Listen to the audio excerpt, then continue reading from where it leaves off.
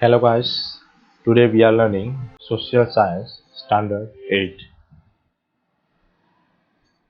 Now we are learning today chapter number 3 Indian Constitution. Indian constitution के बारे में हम यहाँ पे आज स्टडी करेंगे. तो what is the meaning of constitution? Constitution का मतलब क्या होता है ये हम आज स्टडी करेंगे. Systematic compilation of set of rules to run the government of a country is known as a constitution of the country. जो कॉन्स्टिट्यूशन जो होता है वो क्या है? सेट ऑफ रूल जो होता है वो सेट ऑफ रूल है. ओके, कोई भी गवर्नमेंट बॉडी को चलाने के लिए कुछ भी रूल जो होते हैं उसको क्या बोलेंगे? हम उसको बोलेंगे कॉन्स्टिट्यूशन बोलेंगे. Okay, constitution can be in the written form और अनरिटन फॉर्म. कॉन्स्टिट्यूशन क्या है? वो रिटन फॉर्म में भी है और अनरिटन फॉर्म में भी होता है. कुछ कंट्री जो है वहाँ पे कॉन्स्टिट्यूशन अनरिटन फॉर्म में है. कुछ रूल्स जो है वो सिर्फ अप्लाइबल है, लेकिन उसका कोई रिटन फॉर्मूला नहीं है, रिटन फॉर्म में नहीं है. हमारे कंट्री जो है वहाँ पे क्या है? रिटन फॉर्म में. ओके, तो ये जो है हमारा कॉन्स्टिट्यूशन ऑफ इंडिया की यहाँ पे बुक है. ओके, ये नेशनल म्यूजियम में ये हमारे रखी है. ओके,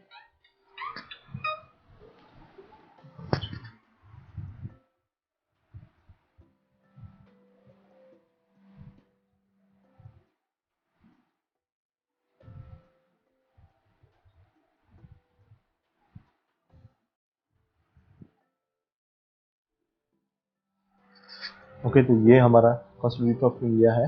कॉन्स्टिट्यूशन ऑफ इंडिया की यहाँ पे बुक है. ये हमने कहाँ पे रखी है? तो ये नेशनल म्यूजियम जो है वहाँ पे हमने ये रखी है. ओके, तो हम सबसे पहले our constitution start with preamble. हमारा कॉन्स्टिट्यूशन जो होता है वो कहाँ से स्टार्ट होता है? प्रीएम्बल से स्टार्ट होता है. तो प्रीएम्बल क्या है? उसको बोलते हैं हम इसको उद्देशिका प्रस्ताव जो होता है उसको हम प्रीएम्बल बोलते हैं. उसको हम क्या बोलते हैं? आमुख भी बोलते हैं. ओके, यो इसमें क्या लिखा है? तो we the people of India having this solemnly resolved the constitution of India into a sovereign socialist, secular, democratic republic, and to secure to all its citizens justice, social, economic, and political, liberty of thoughts, expression, belief, faith, and worship, equality of status and of opportunity, and to promote among them all fraternity, assuring the dignity of individual and the unity and integrity of the nation. In our Constituent Assembly, this 26th day of November 1949, do hereby adopt the enact and give to ourselves this Constitution. Okay, तो हमारा जो constitution का जो preamble जो है वो कब accept हुआ था? तो हमारा जो कॉन्स्टिट्यूशन जो है वो कब अमल में हुआ था? वो कब हमने एक्सेप्ट किया था? तो 26 नवंबर 1949 को वो क्या हुआ? वो एक्सेप्ट हुआ. ओके, तो हमारा संविधान जो है उसका यहाँ पे मैंने यहाँ पे इसका हिंदी में भी यहाँ पे आपको पिक्चर यहाँ पे दिखाया है. तो यहाँ पे क्या बोलेंगे? हम भारत के लोग भारत को एक संपूर्ण प्रभुत्व संपन्न समाजवादी पंथ निरपेक्ष लोकतांत्रिक गणराज्य बनाने के लिए उसके समस्त नागरिक को सामाजिक, आर्थिक, राजनीतिक, न्याय, विचार, अभिव्यक्ति, विश्वास और धर्म और उपासना की स्वतंत्रता देते हैं और प्रतिष्ठा और अवसर की समानता प्राप्त करने के लिए तथा उन सब में व्यक्तित्व की गरिमा और राष्ट्र की एकता और अखंडता सुनिश्चित करने वाली बंधुता को बढ़ाने के लिए हम क्या करते हैं? दृढ़ संकल्प होकर अपनी इस संविधान सभा में आज तारीख 26 नवंबर 1949 को क्या करते हैं? एक साथ हमने क्या किया है? इस संविधान को अंगीकृत किया है और अधिनियमित और क्या कहते हैं उसको समर्पित किया है. ओके, तो यहाँ पे क्या ये जो है हमारा जो प्रीएम्बल जो है उसमें क्या कौन कौन सी चीजें हैं? तो हमारे जो देश कैसा होगा, हमारा संविधान कैसा होगा, इसके अंदर कौन कौन सी चीजें इंक्लूडेड है, तो ये सारी चीजें क्या होगी? ये सारी चीजें प्रीएम्बल में होगी. उसको क्या बोलेंगे? जो पूरा जो संविधान है उसका वो सारांश है. ओके, इसका वो क्या है? सारांश इसको बोलेंगे. Okay, Now how was the Constitution of India formed? हमारा जो कॉन्स्टिट्यूशन है वो कैसे बना है? Okay, The Constitution of India is the statement of national goals and aims such as democracy, socialism, secularism, national unity. Okay, हमारे जो राष्ट्र के गोल्स जो है, हमारे राष्ट्र की जो एम्स है, उसको हम क्या करेंगे, ये जो सारी चीजें होती है वो क्या करेंगे, हम कैसे अचीव करेंगे कॉन्स्टिट्यूशन ऑफ इंडिया से, हम इसको क्या करेंगे, इसको अचीव करें। कौन कौन से गोल्स है, डेमोक्रेसी है, सोशलिज्म है, सेक्युलरिज्म है, नेशनल यूनिटी है, ये सारी चीजें हम कैसे करेंगे, कॉन्स्टिट्यूशन ऑफ इंडिया को अप्लाई करके हम यहाँ पे उसको अचीव करेंगे। Okay, the constituent assembly was established, सबसे पहले हमने क्या किया, कॉन्स्टिट्यूंट असेंबली को एस्टैब्लिश किया, उसके बाद क्या करेंगे, स्टार्टेड वर्किंग फ्रॉम 9 दिसंबर 1946। कब स्टार्ट हो गई हमारी कॉन्स्टिट्यूंट असेंबली, 9 दिसंबर 1946 को क्या हुई, कॉन्स्टिट्यूंट असेंबली यहाँ पे स्टार्ट हुई। Okay, the constituent assembly was form of the prominent and distinguished scholars and leaders. Okay, इसमें कौन कौन से लोग थे, कुछ बहुत सारे स्कॉलर्स और लीडर्स हमारे यहाँ पे कॉन्स्टिट्यूंट असेंबली में वहाँ पे बैठे थे। Okay, that political vision and foresight was incorporate in constitution. Okay, the leaders like Jawaharlal Nehru, doctor Rajendra Prasad, Sardar Patel, Maulana Abdul Kalam Azad, Shyama Prasad Mukherjee, Sardar Baldev Singh, okay, etcetera provide their guidance. Okay, ये सारे लोग जो है हमारे लीडर्स थे, उन्होंने वहाँ पे हमें क्या किया, गाइडेंस दिया। Okay, like Jawaharlal Nehru, doctor Rajendra Prasad, Sardar Patel ji, Maulana Abul Kalam Azad, Shyama Prasad Mukherjee. Okay, then Frank Anthony represented the Anglo-Indian community and H.P. Modi represented the Parsi community. And the committee had various constitution scholars like Aladi Krishnaswamy Iyer, Dr. B.R. Ambedkar and K.M. Munshi. Okay, Frank Antony जो थे उन्होंने कौन से समुदाय को represent किया, तो Anglo Indian community को उन्होंने क्या किया, रिप्रेजेंटेड किया। ओके, तो एंग्लो इंडियन किसको बोलते हैं, को एंग्लो इंडियन जो है वो क्या है, वो ऐसे पर्सन है तो जिसके फादर जो है वो इंग्लैंड के है और ब्रिटिश है, इसके फादर जो है ब्रिटिश है और उसकी जो मदर जो है वो इंडिया की है। तो ऐसे जो पर्सन जो होते हैं उसको बोलेंगे हम Anglo Indian. Okay, then HP Modi represented Parsi community. Parsi community किसने लीड किया, तो एचपी मोदी जी। ओके, तो now there were female members like Sarojini Naidu and Vijayalakshmi Pandit.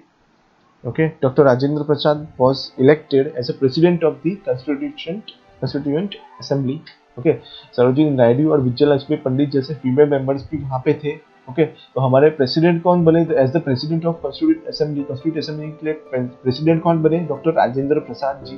Okay, Rajendra Prasad was elected as a president of Constituent Assembly. Okay, there were a number of subcommittees to take care of various aspects of Constitution. Okay, Constitution बनाने के लिए बहुत सारी सब committees भी वहाँ पे बनाई गई थी। Okay, the drafting committee which was headed by Dr. Ambedkar. Okay, Dr. Ambedkar इसको हेड करते थे, ड्राफ्टिंग कमेटी के वहाँ पे हेड थे। Okay, Ambedkar gave to the constitution its final shape. उन्होंने क्या किया, कॉन्स्टिट्यूशन को फाइनल शेप दिया। Okay, total 166 meeting were held by the constituent assembly in the time period of 2 years 11 months and 18 days। कितनी मीटिंग्स हुई, 166 meetings वहाँ पे हुई और कॉन्स्टिट्यूशन असेंबली को कितना टाइम लगा था, 2 year 11 months and 18 days का यहाँ पे हमें टाइम मिला। इसके लिए 2 years 11 months and 18 days जो हमारा कॉन्स्टिट्यूशन बनाने के लिए हमें इतना टाइम लगा। Okay, now on the 26 November 1949 the committee passed the constitution which was enforced on the 26 January 1950। Okay, हमारा जो कमेटी है उन्होंने कॉन्स्टिट्यूशन पास कर दिया था, उन्होंने एक्सेप्ट कर दिया था। कब एक्सेप्ट किया था, 26 नवंबर 1949 को उन्होंने एक्सेप्ट कर दिया था। ओके, बस उसको लागू कब हुआ, उसको इम्प्लीमेंट कब किया गया, 26 जनवरी 1950 को हमने यहाँ पे इंक्लूड किया है। ओके, 26 जनवरी को हम क्या बोल लेते हैं, इसको बोलते हैं रिपब्लिक डे। रिपब्लिक डे क्यों बोल देंगे इसको, क्योंकि है यहाँ पे क्या होगा, वहाँ पे 26 जनवरी को हमने असम जो हमारा जो कॉन्स्टिट्यूशन है वो क्या है, वो इम्प्लीमेंट हुआ था, इसलिए हम इसको क्या बोलते हैं, इसको बोलते हैं हम रिपब्लिक डे बोलते हैं, 26 जनवरी। ओके, नाउ ये जो पर्सन यहाँ पे आप देख सकते हैं। ओके, मौलाना आज़ाद जी है, डॉक्टर भीमराव अम्बेडकर जी है, डॉक्टर राजेंद्र प्रसाद जी हैं, ओके। डॉक्टर राजेंद्र प्रसाद क्या है, जो प्रेसिडेंट जो थे हमारे कॉन्स्टिट्यूशन असेंबली के, वो, okay. And Sarojini Naidu ji, okay, Sarojini Naidu female members, okay. And Kanhaiyalal Munshi, K M. Munshi, आपने देखा होगा यहाँ पे, K M. Munshi, Kanhaiyalal Munshi ji, okay. And Sardar Vallabhbhai Patel, Sardar Patel ji, okay. Doctor Bhimrao Ambedkar कौन थे, ड्राफ्टिंग कमेटी के यहाँ पे हेड थे doctor Bhimrao Ambedkar, okay. Now हम देखेंगे silent features of our constitution, okay. Silent features कौन कौन से थे हमारे कॉन्स्टिट्यूशन के, वो अब हम यहाँ पे देखेंगे, okay. First of all democratic rule, okay. Democratic rule क्या है, India has adopted the democratic system of government, okay. Generally elections are held in our country every 5 years. Citizens above the age of 18 are eligible to cast their vote. Okay, we cannot imagine democracy without elections. Okay, हमने क्या किया, हमने democratic system जो है वो हमने government के लिए हमने क्या किया, अडॉप्ट किया है, ओके। डेमोक्रेटिक सिस्टम में क्या होता है कि हम जो होते हैं हम क्या करेंगे, हमने रिप्रेजेंटेटिव को हम इलेक्ट करेंगे, ओके। हम इलेक्शन से क्या करेंगे, हमारे रिप्रेजेंटेटिव को हम इलेक्ट करेंगे और उसको क्या करेंगे, हम यहाँ पे उसको हम रूल करने के लिए हम उनको बोलेंगे, ओके। अब कौन कौन से लोग citizens above the age of 18 years क्या करेंगे, 18 years अबोव द 18 years हैं, वो क्या कर सकते हैं, वो क्या करेंगे, हम वो वोट कर सकते हैं, okay. Citizen above the 18 years होंगे, जो सिटीजन जो होंगे वो 18 एज के ऊपर के जो लोग हैं वो क्या करते हैं, वो इलेक्शन में क्या कर सकते हैं, वो यहाँ पे अपना वोट हमको दे सकते हैं, ओके। डेमोक्रेटिक रूल के बिना इलेक्शन के बिना हम कोई भी रिप्रेजेंटेटिव को अपने रिप्रेजेंटेटिव नहीं इलेक्ट कर सकते, okay. Representative any voter of the country can contest an election irrespective of his or her religion, caste, class और gender, okay.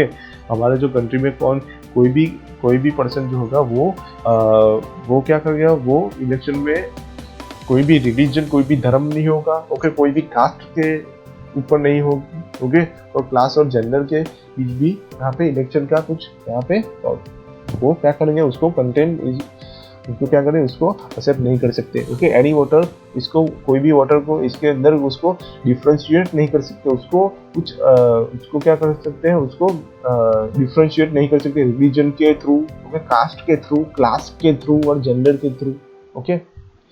The elected representatives rules for the 5 years, जो हमारे representative जो है वो 5 years के लिए वहाँ पे क्या करेंगे, वो रूल करेंगे, ओके।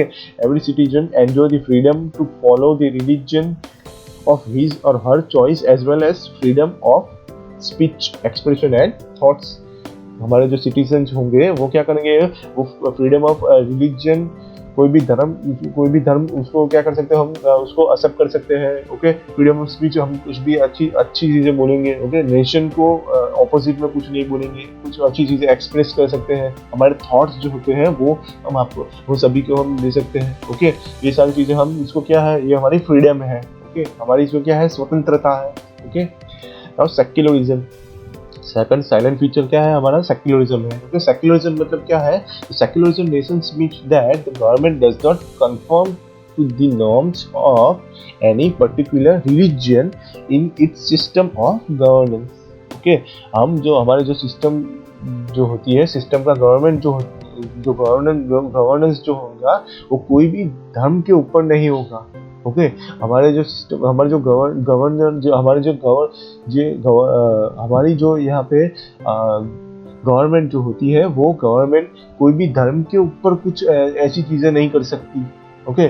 कोई भी धर्म के ऊपर हम किसी भी कोई एक धर्म के ऊपर हम इसको फोकस नहीं करेंगे। सभी धर्मों को हमें क्या करना पड़ेगा, एक्सेप्ट करना पड़ेगा। गवर्नमेंट को क्या करेगा, सभी जो धर्म जो होते हैं उसको सभी को हमें क्या करना पड़ेगा, यहाँ पे एक्सेप्ट करना पड़ेगा, ओके। इसको क्या बोलते हैं, उसको सेक्युलरिज्म बोलते हैं, okay. Citizens are not discriminated on the basis of their faith, sect और रिलीजन, ओके। हम पीपल को क्या करेंगे, उसको अलग अलग नहीं करेंगे, धर्म के ऊपर नहीं अलग अलग करेंगे, जेंडर के ऊपर अलग अलग करेंगे, या कोई ऐसी जाति के ऊपर हम उनको क्या करेंगे, अलग अलग नहीं कर सकते government. Okay, every citizen enjoy the right to follow and propagate the religion of his और हर चॉइस। तो हमारे जो भी पर्सन है वो क्या कर सकते हैं, हमारे जो भी सिटीजन है वो अपने अपने हिसाब से उनको जो भी धर्म उसको एक्सेप्ट करना है, जो भी धर्म उन्होंने फॉलो करना है वो फॉलो कर सकते हैं। ओके, कोई भी उनके ऊपर कोई भी ऐसा कुछ दबाव नहीं है कि वो इसी धर्म को फॉलो करें। ओके, ऐसा कुछ नहीं है। ओके ओके, नाउ हमारे गवर्नमेंट में 3 चीजें यहाँ पे इम्पोर्टेंट है। फर्स्ट है, इनके 3 पार्ट्स है गवर्नमेंट के। फर्स्ट है legislature, okay, executive branch, and third is a judiciary branch. Okay, 3 branch हमारी गवर्नमेंट की वहाँ पे मेन है। ओके, तो लेजिस्लेचर ब्रांच में क्या होता है, legislature means legislature, executive and judiciary are the organs of government. Okay, ये जो गवर्नमेंट के 3 यहाँ पे बॉडी है, ऑर्गन्स है, उसके 3 पार्ट्स है। ओके, इन 3 पार्ट्स के बिना गवर्नमेंट पॉसिबल नहीं है। ओके, तो सबसे पहले लेजिस्लेचर जो है, लेजिस्लेचर क्या करता है, legislature makes the law. Okay, legislature क्या करेगा, लेजिस्लेचर जो पार्ट जो होता है वो क्या करेगा, लॉस मेक करेगा, वो लॉस जो है, कायदे जो होते हैं वो बनाएगा। ओके, देन एग्जीक्यूटिव क्या करेंगे, executive with the help of civil service officers implements the law and judiciary implement the laws. Okay, executive branch जो होती है हमारी वो क्या करेंगी, सिविल सर्विस ऑफिसर से ये क्या करेगा, हमारे जी लॉस होंगे, जो रूल्स हमने बनाए हैं उसको क्या करेंगे, वो इम्प्लीमेंट करेंगे। ओके, उसको क्या करेंगे, उसको लागू करवाएंगे। तो ओके, तो ये लागू करवाने की जवाबदारी किसकी है, तो एग्जीक्यूटिव की जवाबदारी है। Okay, then judiciary make the people follow the laws and does the work of providing justice. Okay, judiciary जो ब्रांच हमारी वो क्या करेंगी, पीपल को लॉ फॉलो करवाएगी, फर्जियात उनको क्या करेंगे, ये हमें ये लॉ फॉलो करना ही होगा। ओके, अगर हम नहीं करेंगे तो जुडिशरी क्या होगी, हमें उसको क्या करेंगे, उसके लिए हमें सजा मिलेगी। ओके, तो ये अगर हम सच्चे हैं, अगर हमने लॉ फॉलो किया है कोई भी, तो क्या करेंगे, उसके हम प्रोवाइडिंग जस्टिस भी, अगर हम उसको हमें जस्टिस भी यहाँ पे मिलेगा। ओके, तो ये हमारे 3 चीजें हैं। स्टेट गवर्नमेंट की बॉडी यहाँ पे हमने दिखाई है। स्टेट गवर्नमेंट में क्या होगा, तो लेजिस्लेचर होगा, एग्जीक्यूटिव होगा और जुडिशरी होगा। तो यहाँ पे हमने स्टेट गवर्नमेंट की यहाँ पे हमने बॉडी यहाँ पे दिखाई है। Okay, now Republic. Okay, Republic means government that obtains the powers from people directly और indirectly। ओके, रिपब्लिक मीन्स क्या है, गवर्नमेंट जो होती है वो क्या करेंगी, पीपल से यहाँ पे डायरेक्टली वो पावर यहाँ पे एक्सेप्ट करेंगी। ओके, हम लोग पीपल जो है वो पीपल के थ्रू यहाँ पे गवर्नमेंट बॉडी यहाँ पे चलेगी। ओके, हम क्या करेंगे, हम इलेक्ट करेंगे पर्सन को, और पर्सन जो होंगे वो वहाँ पे रिपब्लिक में गवर्नमेंट यहाँ पे एस्टेब्लिश होगी। Okay, we have adopted the democratic republic system of government, which means that the power are not limited in the hand of few privileged people, rather than it is accessible to all the citizens irrespective of their caste, class, religion और gender। Okay, हमने ऐसी यहाँ पे constitution हमने establish किया है तो कोई भी एक पर्सन के ऊपर सारा बोझ यहाँ पे नहीं होगा, कोई एक पर्सन के हाथ में सभी सत्ताएं नहीं आएगी। ओके, तो इससे क्या होगा, जो हमारे जो पर्सन जो होंगे वो हमें डेमोक्रेटिक रिपब्लिक का मतलब क्या होता है कि पावर जो होंगी वो सभी के पास यहाँ पे पावर्स रहेंगी। ओके, कोई भी एक पर्सन के पास सारी पावर्स यहाँ पे नहीं रहेगी। ओके, तो यहाँ पे देखेंगे आप सेंट्रल गवर्नमेंट के कौन से चार्ट होंगे, तो ये ऐसे यहाँ पे सेंट्रल गवर्नमेंट में यहाँ पे होगा। ओके, सेंट्रल गवर्नमेंट सबसे पहले क्या होंगे, यहाँ पे प्रेसिडेंट होंगे। ओके, प्रेसिडेंट के अंदर यहाँ पे 3 ब्रांच हमने आगे देखा, 3 branch, legislatory branch, executive branch, judiciary branch यहाँ पे होगी। ओके, लेजिस्लेटरी ब्रांच में क्या होगा कि पार्लियामेंट यहाँ पे होगा, पार्लियामेंट यहाँ पे होगा। ओके, पार्लियामेंट यहाँ पे होगी, तो पार्लियामेंट में इसके अंदर सबसे पहले लोकसभा और राज्यसभा ये 2 यहाँ पे पार्ट्स होंगे।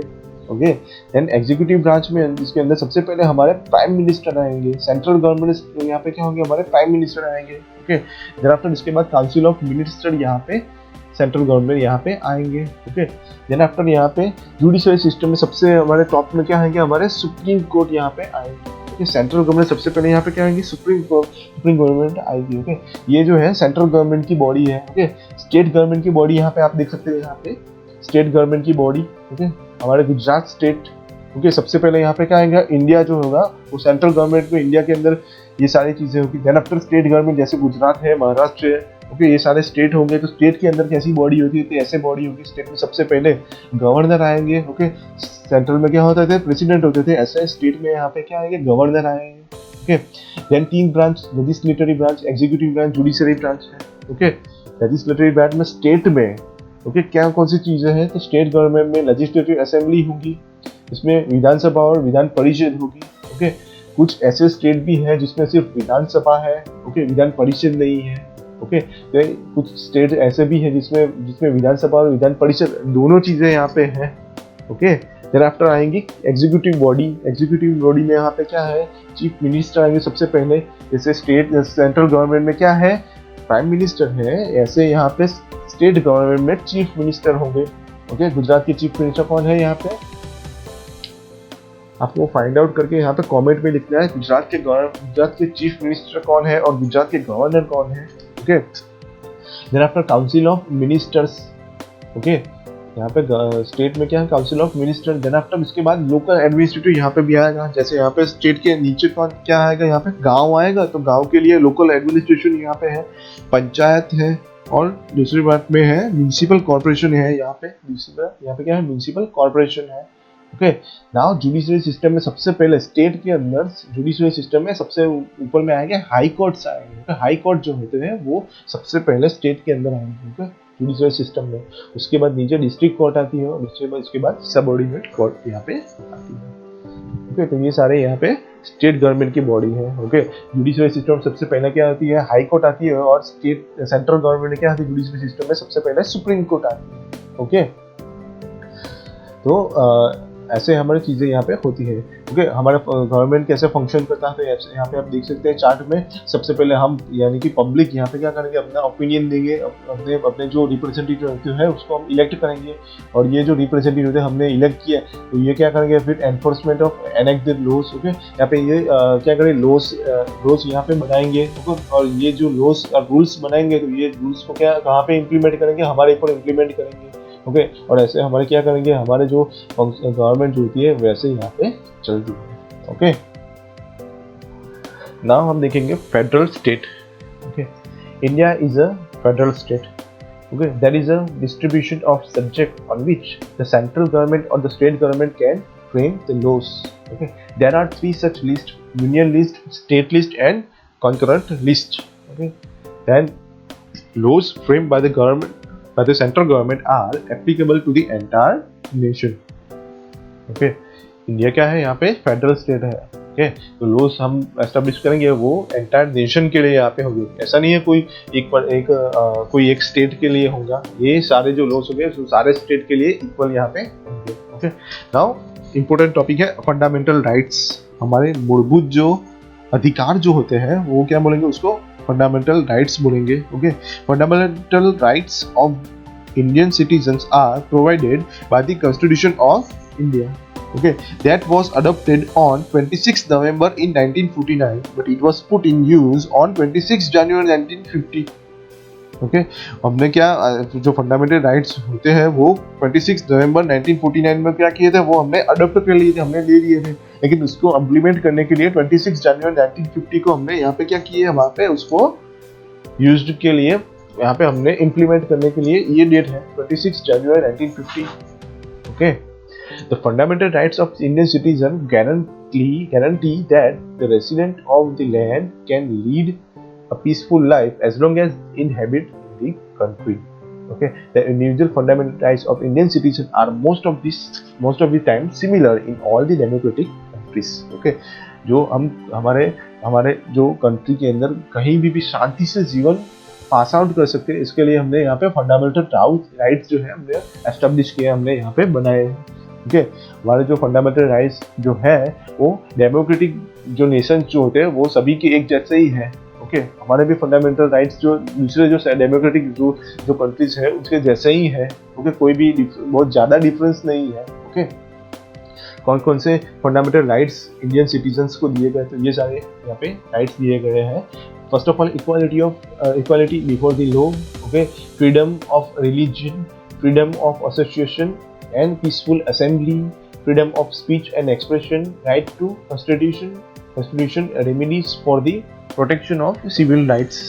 ओके, फर्स्ट ऑफ ऑल हम देखेंगे equality before the law. Okay, हम लॉ के सामने सभी लोग एक समान है. ओके, अगर कोई भी लॉ एस्टेब्लिश होगा तो ऐसा नहीं है कोई एक पर्सन के लिए है. ओके, कोई एक रिलीजन के और कोई भी एक कास्ट के लिए है. इस सभी लोगों के लिए सेम यहाँ पे लॉ होगा. Okay, now freedom of religion, हम यहाँ पे कोई भी धर्म को हम मान सकते हैं, कोई भी धर्म को हम फॉलो कर सकते हैं. हम हिंदू धर्म को फॉलो कर सकते हैं, हम मुस्लिम धर्म को भी फॉलो कर सकते हैं, हम ख्रिस्ती धर्म को भी फॉलो कर सकते हैं. हम कोई भी धर्म को हम फॉलो कर सकते हैं. Okay, now freedom of association and peaceful assembly. Okay, हम कहीं पे भी हम क्या कर सकते हैं, हम एसोसिएट हो सकते हैं. हम ऐसे कोई भी हम क्या कर सकते हैं, एसोसिएशन बना सकते हैं, कोई हम ग्रुप बना सकते हैं. ओके, और शांति से हम क्या करते हैं, उसको ग्रुप के यहाँ पे पीसफुल असेंबली, हम शांति से हम कहीं भी हम इकट्ठे हो सकते हैं. ओके, ग्रुप बना सकते हैं. ओके, और जो ग्रुप बनाएंगे उसको हम क्या करें, उसका रीजन कुछ अच्छा होना चाहिए. ओके, नेगेटिव रीजन नहीं होता, एंटी नेशनल यहाँ पे होना चाहिए नहीं. ओके, तो freedom of speech and expression, हमारे पास स्पीच की हम कुछ भी चीज़ हम बोल सकते हैं, कुछ भी चीज़ें हम एक्सप्रेस करते हैं, लेकिन एंटी नेशन बोल नहीं सकते. नेशन के ऑपोजिट में हम कुछ नहीं बोल सकते. Okay, the right to constitution remedies for the protection of civil rights. Okay, अगर हमारे सिविल राइट्स जो है उसका अगर हम क्या करेंगे, उसका कुछ प्रॉब्लम हुआ, हमारे जो राइट्स है, हमारे जो हक है, उसके ऊपर कुछ प्रॉब्लम हुआ, तो हम उसके लिए हम क्या कर सकते हैं, कॉन्स्टिट्यूशन रेमेडीज के द्वारा हम उसके यहाँ पे उसको क्या करें, रेमेडीज के लिए हम उसको क्या करें, कॉन्स्टिट्यूशन में चेंजेस भी ला सकते हैं. अगर कोई ऐसा रूल्स बनाया गया कि जिससे हमारे क्या करें, हमारे कोई स्पेसिफिक कम्युनिटी के राइट्स है, स्पेसिफिक कम्युनिटी के जो हक है, वो क्या हो गए, वो कम हो जाएंगे, तो उसको क्या करते हैं, हम उसको जो कॉन्स्टिट्यूशन में चेंजेस लाके उसको हम रद्द भी कर सकते हैं. ओके, ऐसा भी यहाँ पे हो सकता है. कॉन्स्टिट्यूशन में हम चेंजेस के लिए भी हम जा सकते हैं. हमारा जो कॉन्स्टिट्यूशन बना है उसके अंदर कुछ चेंजेस करना है तो वो भी हम कर सकते हैं इसके थ्रू, ये राइट के थ्रू. ओके, तो ऐसी यहाँ पे फंडामेंटल यहाँ पे राइट्स हैं. ओके, वैसे हमने यहाँ पे जो हमारा कॉन्स्टिट्यूशन ऑफ इंडिया है उसके बारे में हमने यहाँ पे नॉलेज लिया है. ओके, आई होप आपको ये वीडियो अच्छा लगा. Okay, thank you very much.